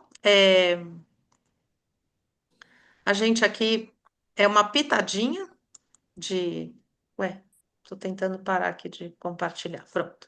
Uma pitadinha desse olhar da psicologia positiva, para a gente respirar um pouquinho. E agora, que é uma parte muito importante também, muito especial, é de ouvir alguns lovebacks, né? Como vocês sentiram, se vocês têm algo, o que que vocês podem aqui compartilhar com a Karen para poder engrandecer esse encontro. E aí eu vou pedir para vocês levantarem as mãozinhas assim aqui no próprio Zoom, quem puder, que se alguém não souber como faz isso, levanta a mão. Opa, opa. Tem um microfone aberto, é da Alzira, né? É da Oi, Alzira. Tá com criança aí, né? peraí, ele tá me chamando aqui. Depois eu falo. Tá bom, tá bom. Então Só eu vou queria passar falar, para Ana Laura eu falo rapidinho. primeiro. Você quer falar agora? Pode É, falar. falo. Não, eu só quero aqui dizer que meu coração se emocionou várias vezes. Eu tenho, assim, um carinho muito grande por essa família, por essa mãe aí, que eu sei que o coração dela como ficou. Mas é muita alegria ver o quanto Karen, que mulher que se formou, que mulher que se tornou. Fiquei feliz, obrigada por essa oportunidade de escutá-la. Foi maravilhoso. O meu neto te beijou aqui várias vezes. Ele chegou aqui perto e ele ficava beijando a sua foto. Né, Henrique?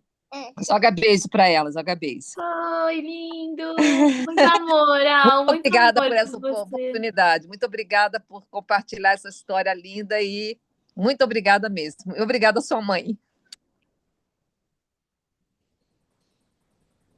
Obrigada, Alzira. Obrigada, viu? Muito obrigada por estar trazendo aqui. Ana Laura, Oi, gente, tudo bem? Se meu sinal ficar ruim é porque eu tô na estrada, então se cortar, depois eu mando um áudio pra Dudu perguntar. Dudu, obrigada por toda a história. Tipo assim, você trouxe de uma forma maravilhosa. Eu tinha certeza que você ia trazer de uma forma maravilhosa. E assim, me emocionei muito. Acho que eu já tinha ouvido essa história, achei toda essa história um pouco emocionante. Mas o que eu queria trazer para você é que eu tenho muito orgulho de ver o que você construiu. São lados escuros, né? Mas, tipo assim, isso é muito você conseguir trazer coisas boas de algo tão difícil que você passou. Então, tipo assim, aprendi muito com você contando e tenho muito, muito orgulho de você, assim, muito. Isso é muito você. Traz essa leveza pra vida. Obrigada por compartilhar. Te amo, Lin. obrigada, Ana Te Laura. amo muito.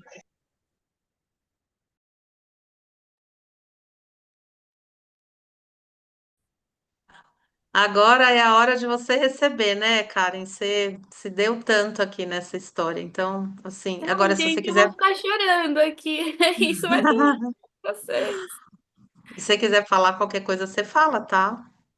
Sofia, Então, eu ouvi, né, e achei que, de fato, né, muita coragem em todo sentido, né, e que, para mim, a história que ela contou, né, no meu olhar, com tudo que você falou, Débora, né, e dos três P's, mas é uma história de resiliência, né, altamente resiliente, né. Então, quando ela falou, ela construiu, ela desconstruiu, construiu, quando ela falou a guerra estava dentro de mim, né? Eu aqui em São Paulo, eu sentia que a guerra estava dentro de mim. E depois ela construiu o amor está dentro de mim. Eu acho que foi uma resiliência incrível, né? Quer dizer, você, Karen, com certeza você sai muito mais forte, né? Aquilo que o teu amigo falou, né? A tristeza está aí e a gente faz o uso dela. Então, eu sou psicanalista, né? Então eu olho que a vida é isso, né? Dependendo daquilo que você faz com as experiências que você tem, a vida muda de foco, né? E acho que é uma força incrível que você sabe que você tem e nada vai te abater, né? Porque depois dessa você consegue qualquer coisa, né? Muito bom.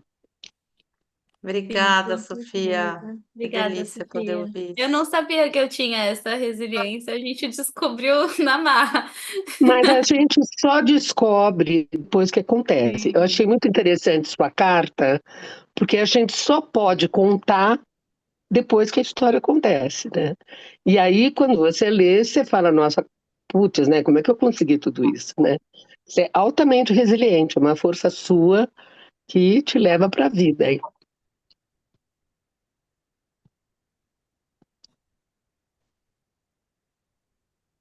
Vivi, Karen, obrigado pelo teu relato e pela experiência que você deu para a gente aqui. Eu queria falar um monte de coisa, que um monte de coisa passou pela minha cabeça, mas eu acho que uma coisa que fica muito forte para mim, Karen, é a sua competência, a sua habilidade, a sua entrega de sempre estar em você mesma, com você mesma e não se perder desse coletivo. Mesmo no momento que você diz assim, eu preciso voltar para mim. Você tem plena consciência desse coletivo ao teu redor, né? E eu acho que é isso que a gente precisa para conseguir observar, né? E poder ver aonde é que está a janela aberta e a porta emperrada para a mudança acontecer. Porque aí a gente, se precisar, sai pela janela e pega a porta lá por fora e desemperra ela, né?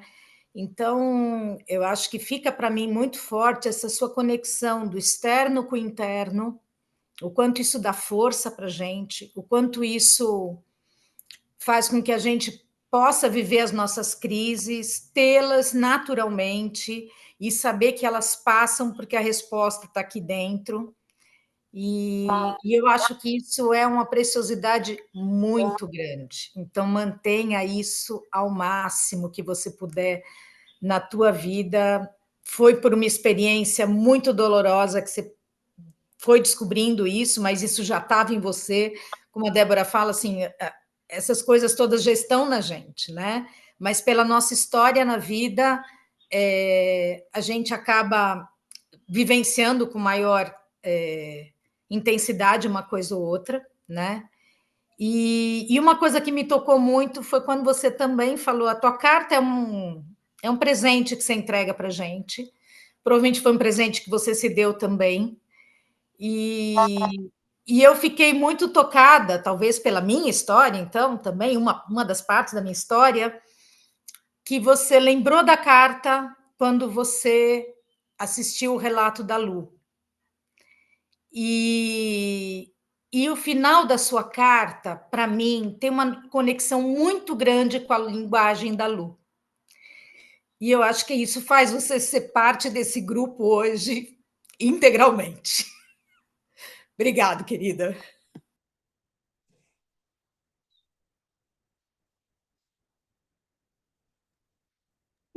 Obrigada, Vivi. Obrigada.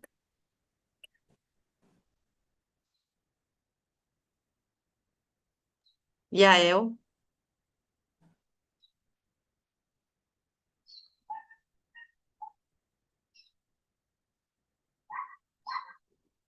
Estava tentando abrir o microfone. Obrigada.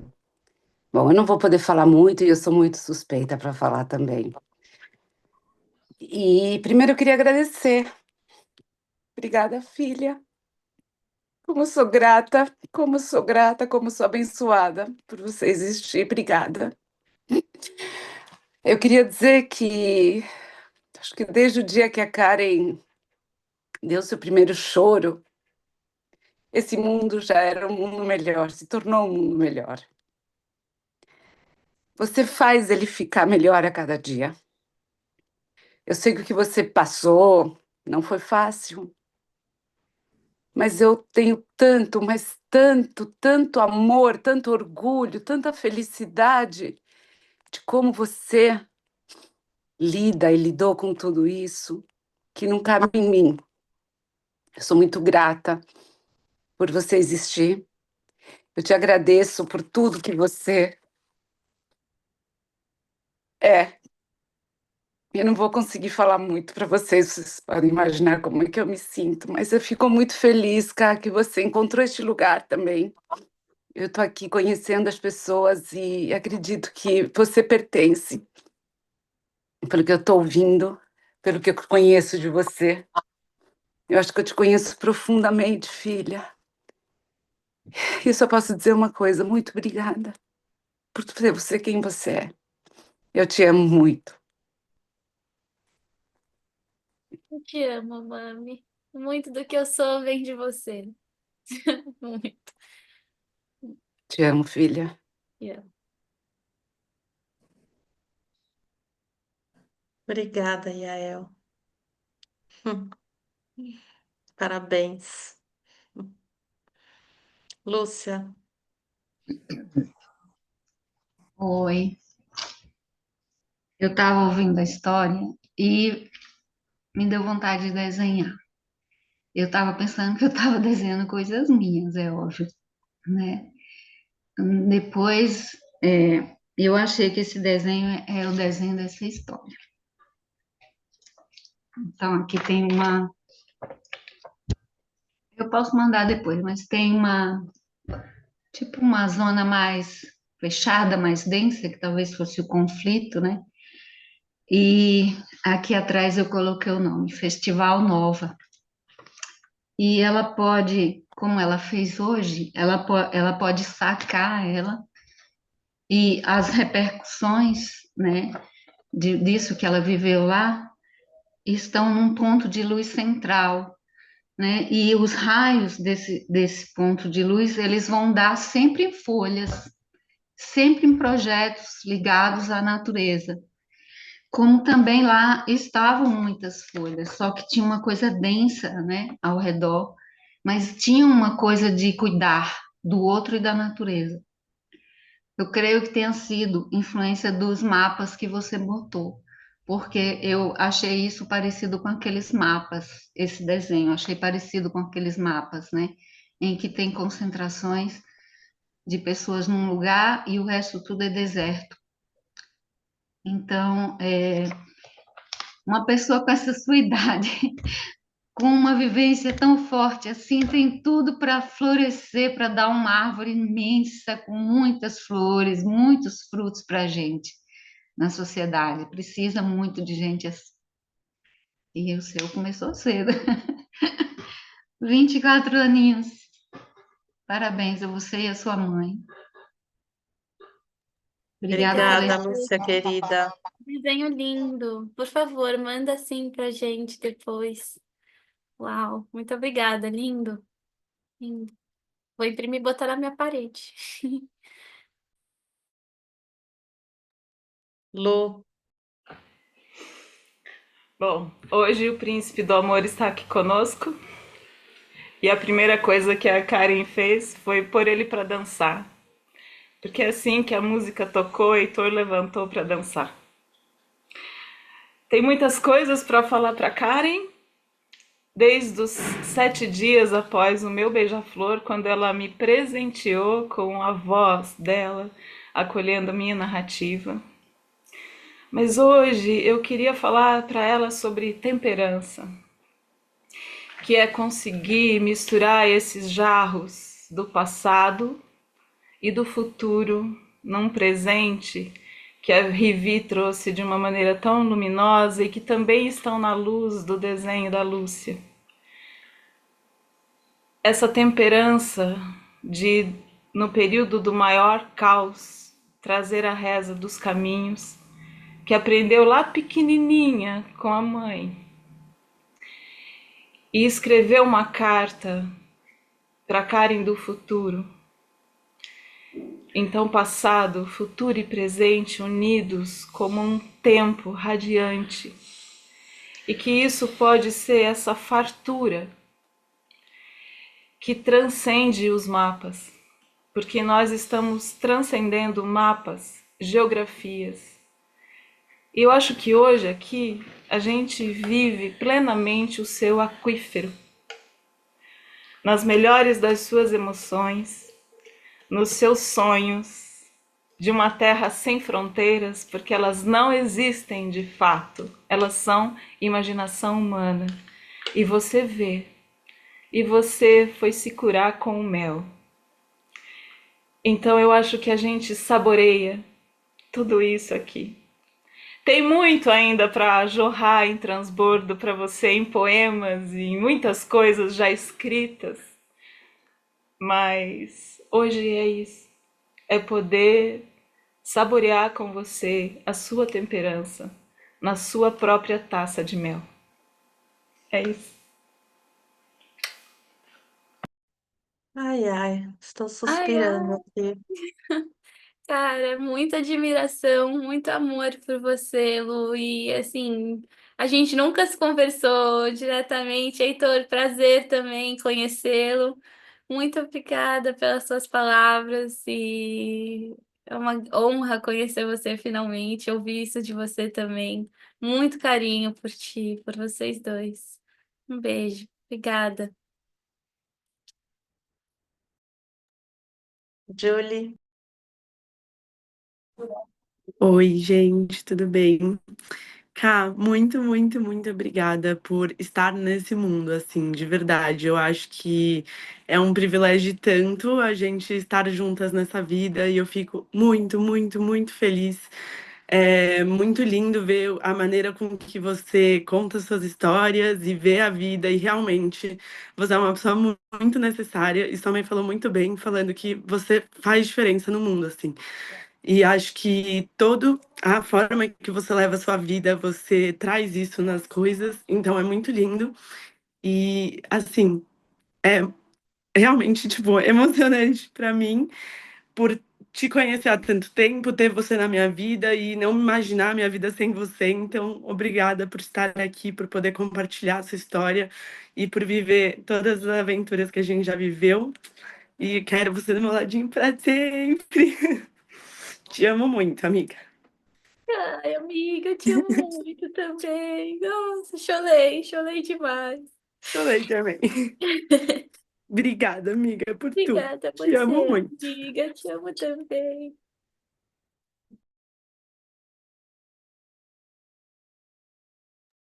Ana Lúcia, Olha, eu estava aqui, falo, não falo, falo, não falo, mas eu tenho que enfrentar isso em mim para agradecer essa menina, porque eu tinha muito pouco contato com a comunidade judaica, né? É claro que a gente conhece por todas as contribuições que os judeus trouxeram para o mundo, na arte, na tudo, em todos os aspectos, mas com as pessoas, assim, eu tinha pouco contato.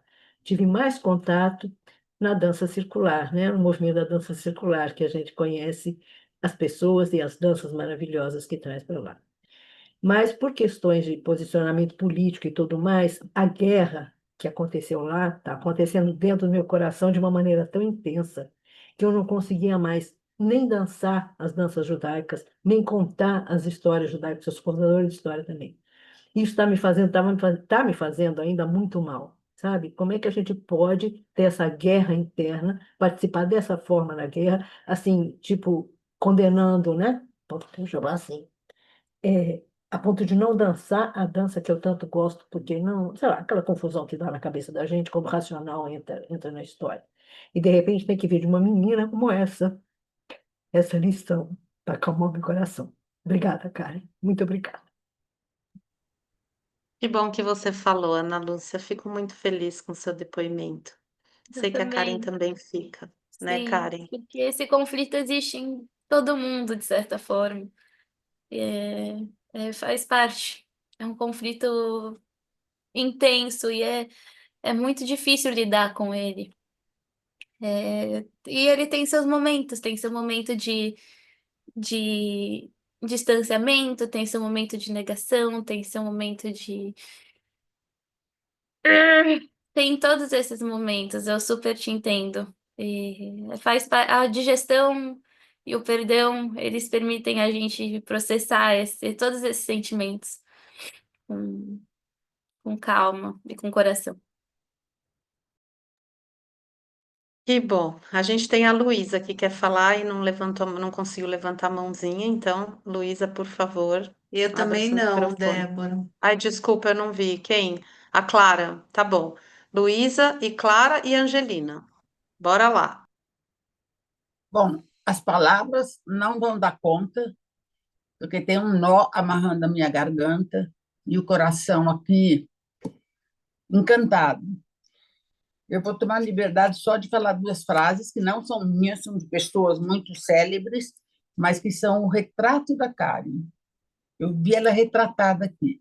Primeiro, seja a transformação que você quer ver no mundo. Ela é um exemplo vivo disso. E outra é, não importa aquilo que a vida faz comigo, importa o que eu faço daquilo que a vida fez comigo. Então, ela é um exemplo vivo, isso é a definição da Karen. Obrigada, Luísa. Adoro quando você fala. Obrigada. Clara. Ai, Karen, eu acho que todo mundo já falou coisas tão poéticas, tão lindas, e é bom porque cada um fala um pedacinho daquilo que a gente gostaria de falar. Então, eu vou ser muito breve. Eu costumo dizer que as pessoas de idade mais idosas estão mais na porta de saída do que na porta de entrada. Mas, apesar desse aperto no peito que dá a gente ouvir muitas passagens da história que você contou, me deu uma alegria também. Não está nada perdido. Te ouvindo, a gente fica com a certeza que nossos netos poderão viver num mundo melhor, sim, porque, Karen, graças a Deus, você não é a única pessoa. Eu acredito que você, para nós aqui, são pessoas mais velhas, né? Poucas jovens, mas é uma amostra só para falar: olha, não está nada perdido. Não está nada perdido. Ela está conectada com a natureza. E como você falou, a natureza é obra divina e traz todas as lições e todos os caminhos que todo ser humano deve trilhar. Então, eu queria te agradecer por essa alegria que você trouxe no meu coração, de ficar muito tranquila.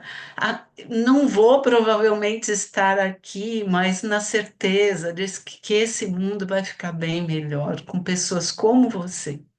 Muito, muito obrigada. Deus te pague, Deus te cubra de bênçãos e que você continue nessa sua jornada tão linda, tá? Amém. Obrigada. Obrigada, Clara. Amém, amém, amém, amém. Clara, linda. Clara, a gente se conhece há pouco tempo, mas ela já chegou ocupando um lugar no meu coração, assim, já ela é, né, Clara? A gente já deu também uma ligação muito forte. E eu falo para ela que eu quero que ela conheça a Dorothy, a Luí, todo esse povo, a Bia, viu? Vocês precisam conhecer a Clara, precisam conhecer essa mulher. Angelina, você falou que você queria falar, né? Você levantou a mão ou eu entendi errado?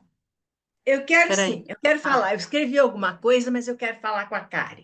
Karen, em primeiro lugar, eu estou emocionada. Antes eu vou dar uma chorada, Karen. Em primeiro lugar, eu quero falar que eu sou de Botucatu, então eu fiquei muito feliz de saber que você passou por lá. Em segundo lugar, Karen, eu sou mediadora, mediadora judicial, e eu acredito muito no que você falou sobre o ser humano. O ser humano tem sempre aquela parte boa. Nós temos que ver a parte, nós temos, não eu. Eu tenho que ver a parte boa do que acontece ali. E mais uma coisa, você mostrou mais uma vez, de acordo com a física quântica, que existem 1000 possibilidades. Obrigada pelo que eu escutei de você. Acredito que vocês tenham gostado de Botucatu, o arzinho de lá é uma delícia, não é, Karen? Botucatu é um dos melhores lugares nesse planeta, Angelina. Não Eu tenho é? muito amor, muito carinho por esse lugar. É a minha casa, é uma das minhas casas, minha casa lá, totalmente. Botucatu é um Beijo, lugar muito querida. especial. Um beijo. Amei a sua Obrigada. história. Obrigada. Obrigada, Débora. Obrigada, Angelina.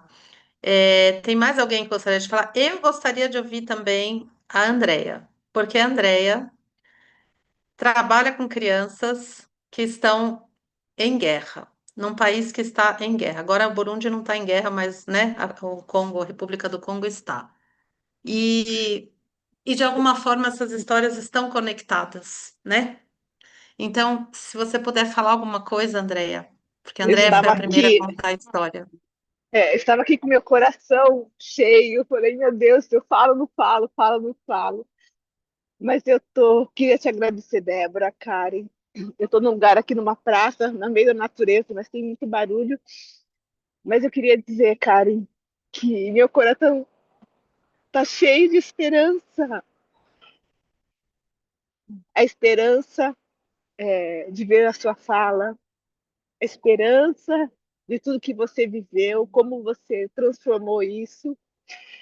É, o mundo está cheio de esperança em pessoas boas, como todas aqui, como todas nós, e que continuemos firmes nesses nossos propósitos, sabendo as nossas forças de caráter, fica tudo mais fácil. Então, obrigada, Karen, e eu estou cheia de esperanças, cheia de esperanças. Essa é a palavra do dia. Muito obrigada. Muito obrigada.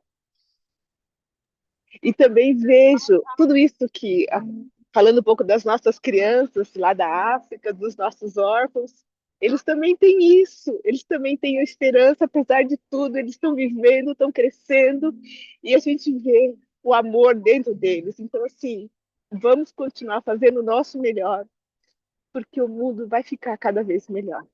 Muito, muito obrigada. Estou saindo emocionada, feliz e cheia de esperança. Muito obrigada a você, Andréia. O seu trabalho é lindo e você também traz muita esperança, muita esperança. Bom, gente, a gente passou meia hora. Acho que eu vou começar a marcar esses encontros de 2 horas, porque as 2 vezes deu 2 horas, né? As últimas duas. Porque é muito denso, né? Muita coisa. Eu queria também agradecer, assim, nossa, a Sarita Psoy, ela hoje faz um mês do falecimento da mãe dela, né? Ela tinha uma cerimônia, então ela precisou sair.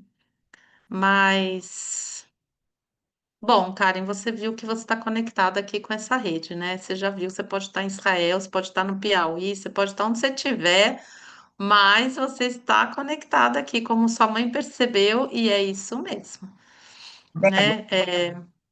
A É Dorothy isso. A Dorothy, ai, Dorothy, querida! Então vamos ouvir a Dorothy, porque se a Dorothy quer falar, a gente abre os ouvidos. Diga, Dorothy. Abre o seu microfone. Abre o seu microfone.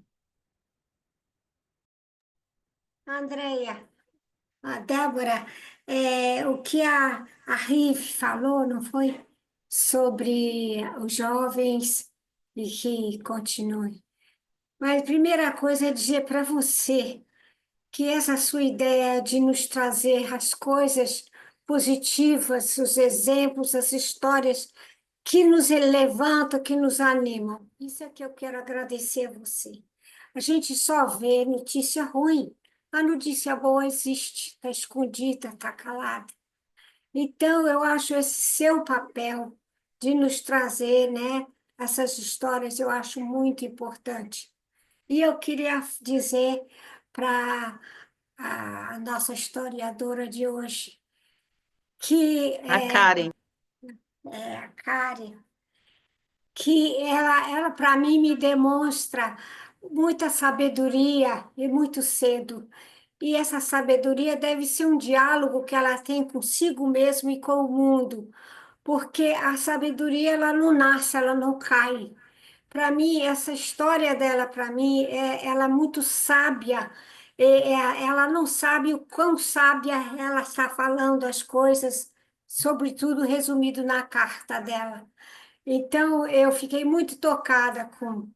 A gente, como dizem, todos estão dizendo, a gente teria muitas coisas para dizer, mas para mim o principal é essa, é que a gente só escuta coisas muito negativas e tristes, e que as coisas boas estão escondidas, é preciso a gente descobrir. Então, eu agradeço a você por ter trazido a Karen. E a Karen, para mim, ela é o exemplo de uma pessoa que, bem cedo, ela sabe fazer do conflito da vida dela ser sábia e não ser uma pessoa retraída, vítima. Ela mostra como se trabalha a vida para a vida nos trazer algo de superação.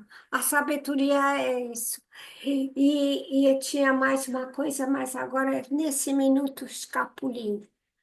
Era para mais importante essas duas coisas sobre a carne e da notícia. E que o futuro foi o que a outra falou. Eu acredito no futuro.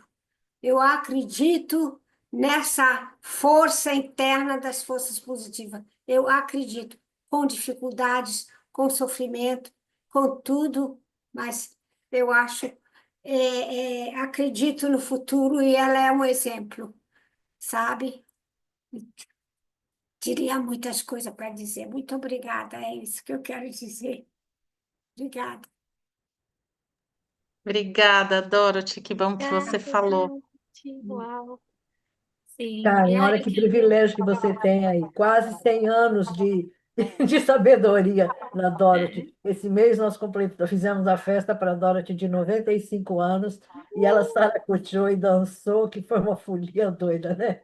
E olha só, tá vendo? Você recebendo agora também esse reconhecimento dessa sua linda posição de vida. Que lindo, realmente. É uma dádiva.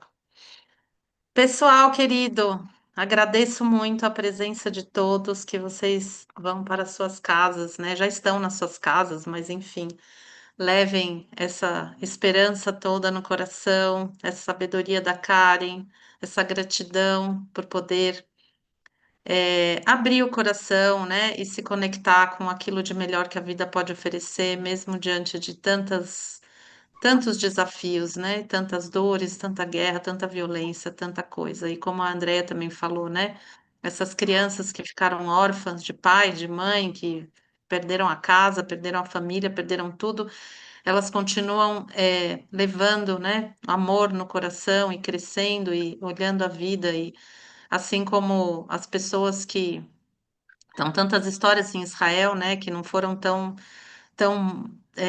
protegidas, vamos dizer, né, por alguma razão a Karen está aqui, ela tem eu falei isso para ela, né, existe, assim, não é à toa que ela passou por tudo isso, né, e parece que tinha, assim, um solzinho brilhando em cima, né, porque ela foi passando pelas coisas, assim, com muita proteção, e nem todos tiveram isso, e a gente sabe que, né, que tem famílias, tem pessoas que perderam toda a família, filhos, esposa, e tá vivo, e tá seguindo, e, né, então essa esperança, quer dizer, tudo isso que tem dentro, a gente tem que saber acessar para seguir a vida, e a Karen é uma jovem maravilhosa que a gente vai estar acompanhando, né, com muita esperança e dando todas as bênçãos aí pelo caminho que ela vai trilhar.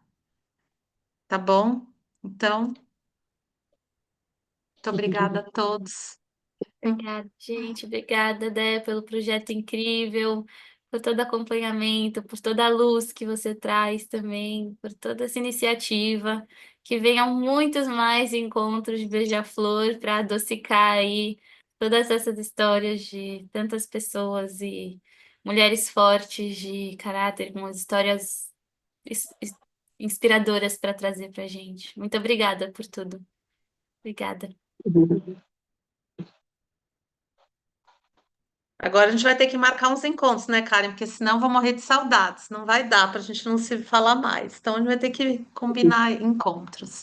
E, claro, Beija-Flor uma vez por mês. Então vocês todos estão convidados a participar, todos que estão aqui, quem não está aqui também. Lembrando que vai ser gravado, que já está sendo gravado, né? Aliás, eu vou parar de gravar agora.